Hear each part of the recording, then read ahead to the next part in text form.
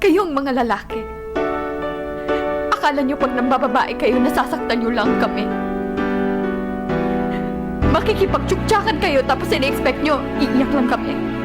Itutulog ang sakit tapos pagising okay na.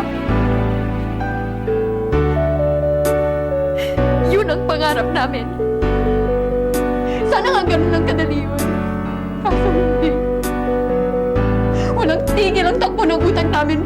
Pinipilit sagutin ng maraming tanong. Bakit niya kaya nagawa yun? Am I not enough? May kulang ba sa akin? May mali ba sa akin? Pangit ba ako? Pangit ba ang katawan ko? Kapalit-palit ba ako? Then why? Bakit mo ako nagawang lokohin?